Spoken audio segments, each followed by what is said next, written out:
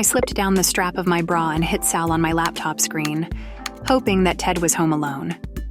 We hadn't done this in so long. He was the only guy online I secretly loved in real life, and the only one I truly enjoyed being with. The only one I didn't hide my disfigured face from.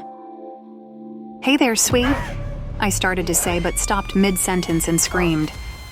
A figure in a black mask and full-body suit was pinning Ted against the wall, stabbing him. Stop it," I screamed through my tears. Hearing my voice, the black figure turned around.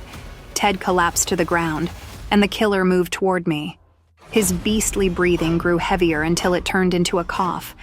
I was paralyzed with fear. The stranger leaned over the keyboard and a message popped up on my screen. "Don't call the cops, Sophie, or..." But I didn't wait to read the rest and slammed the laptop shut. How did the killer know my name? Who was he? Ma'am, speak. Ma'am, what happened? The operator's voice pulled me out of the chaos in my head. Stammering, I told him everything, choking on tears, and gave them Ted's address. 5 years ago, there was a fire at my house. My father died, but I was miraculously saved by Ted, my neighbor from across the street. But honestly, I would have rather burned in the flames. The fire didn't spare my face, and since then, I couldn't look in the mirror without crying. I was doomed to live with half a monster's face. On my way out of the hospital, I noticed people's reactions when they saw me. The only smile that brightened that day was Ted's. He arrived to take me from the hospital with flowers and took me to his and Will's home. However, Ted's boyfriend wasn't thrilled about me as their new roommate. I was the third wheel. Life became unbearable. The view from the window of what was left of my house only added to the pain. As soon as I got the insurance money, I rented a small room and moved out. I used the money to pay off my dad's debts, but it barely covered half. I became a recluse. I was too scared to go back to college and only went out at night. Finding a decent job was out of the question, but I had to work to pay off my dad's debts. This is how I ended up doing webcam modeling. A beautiful body, a face off camera, and easy money. Where else could I earn like that? The only comfort I had was talking to Ted. He took care of me and occasionally paid me visits. We never made love physically, but at some point we started doing it online. Did he really enjoy it, or were those mere acts of kindness? Well, it didn't matter. Those were really my happiest moments. I begged him not to pay me, but he would send double the rate anyway. My dear Ted, who was now lying there bleeding. I started crying again. I snapped out of my memories at the sound of a knock on the door. Suddenly, I thought it might be the killer. "Ma'am, open up! Ma'am, are you all right?" The operator had probably given the police my address, but that didn't make it any easier. I never had guests, except for Ted. But I had to give my statement for his sake. When the interrogation was over, the officers gave me news that nearly made my heart jump out of my chest. My Ted was alive, but his condition was critical. He was in a coma and on a ventilator. A thought pierced my mind. What if the killer comes for him again? Before I could share it with the officers, their radios crackled. "Patrol 451, the suspect is detained at the scene." I asked who they were talking about and gasped at the answer. They were talking about Will. Could he have attacked Ted after finding out about our online dates? The officers offered to take me to a place to stay under their protection, but even the threat to my life couldn't make me live with people, so I refused. The cops said goodbye and disappeared behind the door, taking my laptop for examination. It had the video of the attack and all my webcam sessions. Who could want you dead, Teddy? Was it Will or someone else? I had to figure it out because I could be next. After all, I didn't follow the killer's order and did call the police. Just a few hours ago, I saw your happy stories from the bar. Wait. The stories. I needed to check them. Here you are hugging Will. Here you are both drinking by the jukebox. Wait a second. Who's that with you? It's your neighbor, Jean, who just got out of prison. Again. The ex-con was always high and you were afraid of him. Why were you together at the bar? What happened between the three of you? I need to talk to him. But first, Ted. Walking down the street, I felt like I was burning in flames again. People turned their faces away and crossed to the other side of the street. The world hadn't changed since I hid away at home. A policeman was standing guard outside the hospital room. Adrenaline sped up my thoughts. I dashed into the nurse's station, grabbed a nurse's gown, and in a moment, I was approaching the door. The cop stood up to meet me, and I tucked my hair behind my ear, revealing the scarred half of my face. It worked, as always. I slipped into the room without any trouble. My heart clenched.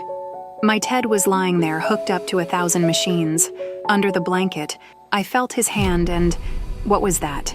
I felt a ring, an engagement ring on his ring finger. Did this mean Will had finally proposed him?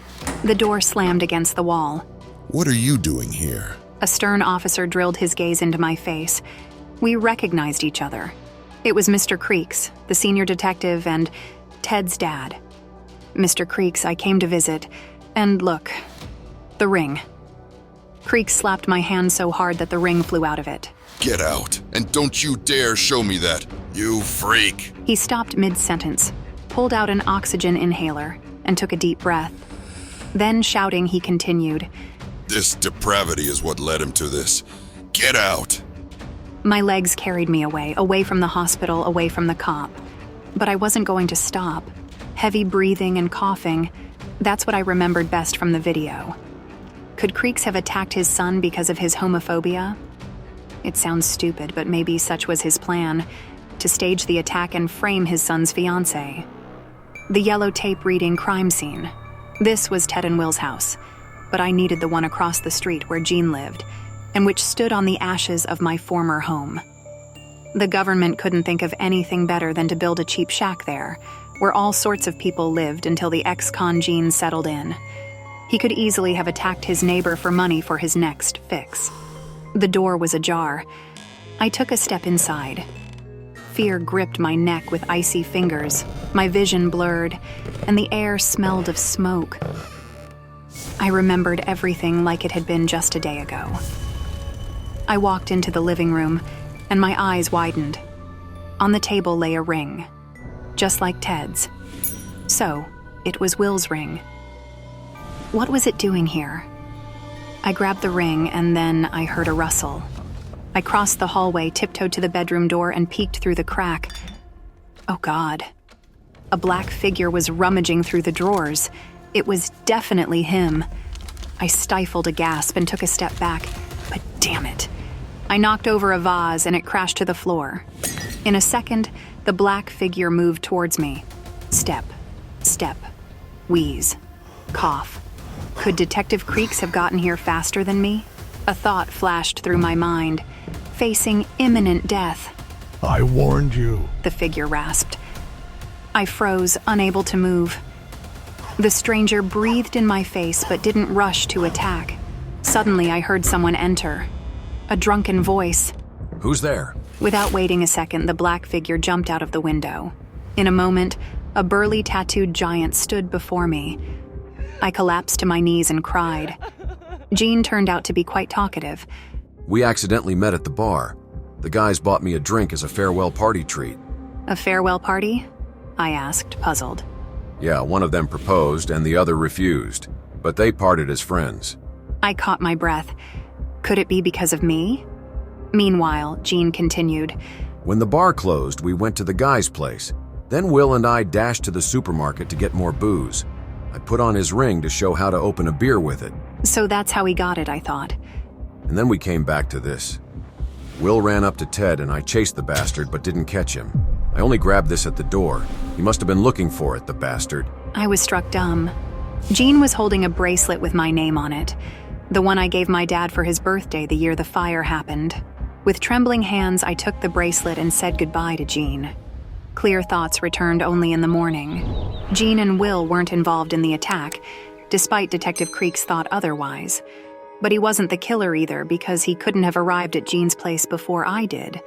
Then who was that black figure? Someone who had my dad's bracelet. Someone who breathed heavily, possibly due to lung burns. My head started spinning again. I decided I needed to watch the video recording carefully once more. The answer could be there. but the police took my laptop. When I went to get it, it turned out the laptop was missing. Creeks had a day off. His assistant suggested that he had taken it home.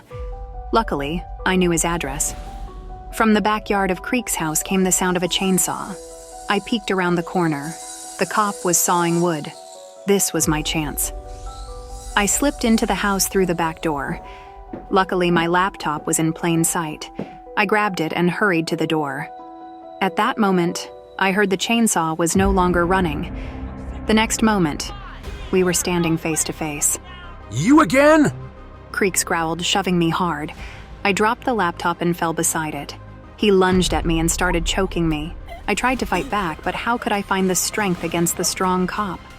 Consciousness began to fade. Another second and it would all be over. I took a deep breath. Something knocked Creeks off me. Something black. It was him again. Ted's killer pinned the cop to the ground. Let go, Robert. I know it's you. Robert? That was my dad's name. Creeks grabbed the black figure by the head and tore off the mask. Before me was the burned face of my father, but I still couldn't catch my breath to speak. Run away. My dad rasped towards me, and in a second, Creeks threw him off. I'll deal with her like you did with my son. You both ruined everything. I heard my father's hoarse voice. What are you talking about? I finally managed to speak. My dad turned to me. About the fire we staged. Sirens wailed. Falling to the floor, I accidentally launched a stream. When I hear that this world was created by men, I always think that is the reason it is so cruel. My father's company owed money to the city's crime bosses. They were going to take everything from him, including the house. He asked our neighbor Ted to have his dad, Detective Creeks, involved. Together, they planned an arson to get the insurance money and then split it. To make sure the gangsters wouldn't look for us, they wanted to stage our deaths by using bodies from the morgue. My dad was supposed to take me and disappear forever. A general power of attorney for the insurance payout was prearranged in Creek's name, but he outplayed the plan to take everything. When Ted realized we weren't coming out of the burning house, he knew something was wrong. Creeks had actually sealed us in. Ted wasn't a killer, so he opened the door and pulled me out. When he went back for my dad, he was gone. Somehow my dad made it to a hospital in another town, where he pretended to be insane. I legally received the insurance money, which ruined Creeks' plan. All this time, my dad didn't know Ted had saved me and lived only for revenge. As soon as he got back on his feet, he came back for it. Detective Creeks initially did suspect Will, but he figured it all out when he interrogated the ex-con Gene. He swapped the report from that interrogation. Creeks was fine with framing his son's fiancée because he hated their relationship. Sitting on the witness stand next to Will, I thought about one thing. Crimes, like manuscripts, don't burn, and all secrets eventually come to light. I really hope Creeks gets treated in prison the way cops always do. As for my father, I don't know if I'll ever be able to understand him. I let go of Will's hand and stood up. I swear to tell the truth, the whole truth, and nothing but the truth. And I also swear to never hide from the world again. For Ted, who has already come out of his coma in the hospital, and for our future together. He turned down Will because he wanted to be with me. Will let him go and gave his blessing. My new life was just beginning.